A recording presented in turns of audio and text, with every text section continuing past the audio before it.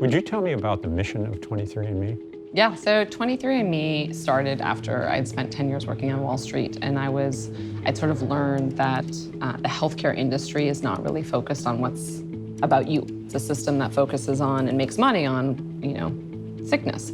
And I really felt like I wanted to have my own voice in healthcare, and frankly, I wanted to be in charge. And so 23andMe started out of this desire to empower the consumer to get access to their genetic information at an affordable price, and then to actually benefit from the genetic revolution that I think is coming. You've been an early and aggressive user of OKRs in 23andMe. Where does that come from? I remember in the early days hearing from my sister, she's like, we were nothing and we were trying to break into these giant, well-established areas. Like, how did you do that? How did you effectively? And they said, well, we have this OKR system, and that is really where we set clear objectives and key results, and it's measurable. And then everybody knows exactly what we're working on, but it aligns everyone together.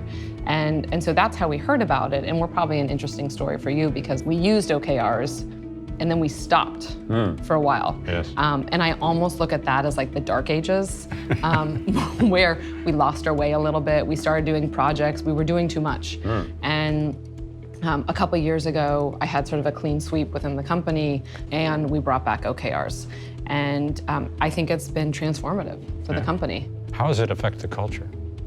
I think it's a spectacular benefit for the culture because people know what they're working on, and people know where we're going. Because each company wants to figure out what's the right exact way. And so the first quarter we did it, we spent a lot of time doing it. And in part that was beneficial because what we discovered, the pain points that we discovered, was that we were not aligned. And so the reason why we were not getting things done, which is why I referenced the dark ages, is because we were not aligned. And the beauty that OKRs did for us is it helped people say, holy cow, like marketing's working on this initiative, and product's working on this initiative, and research has this, and there's no overlap. Like we got to pull this all together. They all have to help each other. I've heard stories about and seen people customize them, adapt them one way or another. Correct. Have you adapted them? Each company has to sort of figure out exactly how precise they want to do it, the grading, and exactly what's the way that you want to roll it out. We have a good system now. I mean, it's every, the last 3 weeks of the quarter,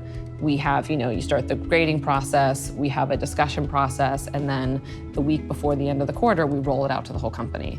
And for me, it's like really important for the management team to be on it, because how can I tell other people, the 450 people in the building, like, hey, what's going on? If I can't myself get it organized to say, like, these are objectives. Right. It's critical. Right. And tell me this, at the end of a quarter, if an OKR is done or not done, it gets graded. Are people paid bonuses based on that? No. Or, no? No, so Why bonuses not? are not based on, we want people to aspire. Stretch. We want people to stretch. And we want people, it's really important for me in the company that people are not afraid of failure. It's rewarding? It's rewarding also because you can see, like last year was particularly rewarding because we set super aggressive goals, and I don't think we would have accomplished half the things that we accomplished because of it. Has it gotten to the point where it's fun? Oh, it is fun. Yeah. I actually really enjoy it. It's helpful for people in the company because as any company that's growing, people want to know how they can get their project done. And this says every quarter you have an opportunity to get on the calendar.